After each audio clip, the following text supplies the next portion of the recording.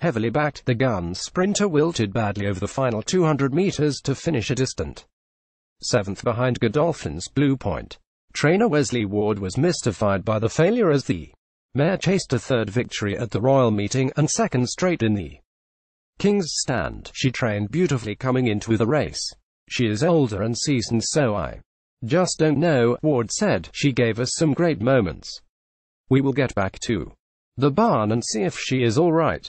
She looked like she came back good and sound. We will scope her and see what that gives us. Jockey John Balarthketh also struggled to shed light on the performance. We broke really well, but when I asked her quicken, she stayed really flat today. She didn't have the kick that she normally does, he said. She seemed to handle the ground well. She just didn't fire. Since scorching to victory here last year and almost breaking Miss Andretti's track record, Lady Aurelia has suffered 4 successive defeats. The race was a second major summer triumph for Charlie Appleby.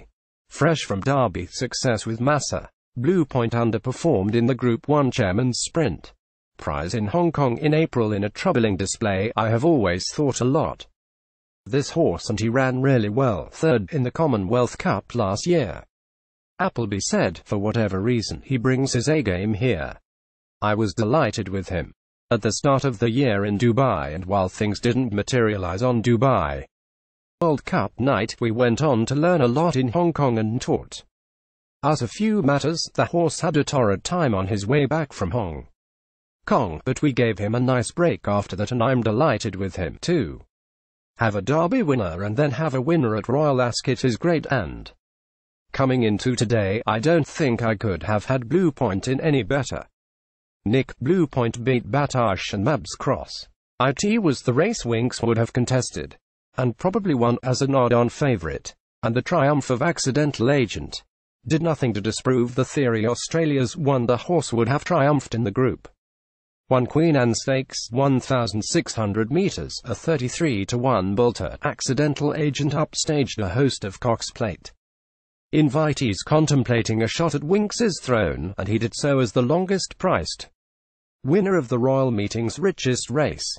Royal Ascot officials did everything they could to lure Winks north in what would have been promotional pay dirt, but connections have prioritised a fourth Cox Plate assault, a plan which seems more likely than ever to succeed, given the performances of Moonee Valley Racing Club invitees, trained by Eve Johnson Horton and bred and owned by her mother Guy. Accidental Agent left Yoshida 5th, Recoletos 7th and Ben Butter 10th in his wake.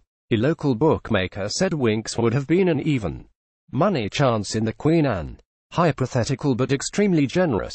A year after being sidelined with a fractured collarbone, Frankie Dettori took riding honours with a treble, boosting his tally of Royal Scalps to 59, the most of any contemporary jockey. Dettori won the Group 2 Coventry Stakes, 1,200 metres on Kalisks, the listed Wolferton Stakes, 1,900 metres on Monarchs Glen, and the Group 1 St James's Palace Stakes, 1,500 metres on Without Parole.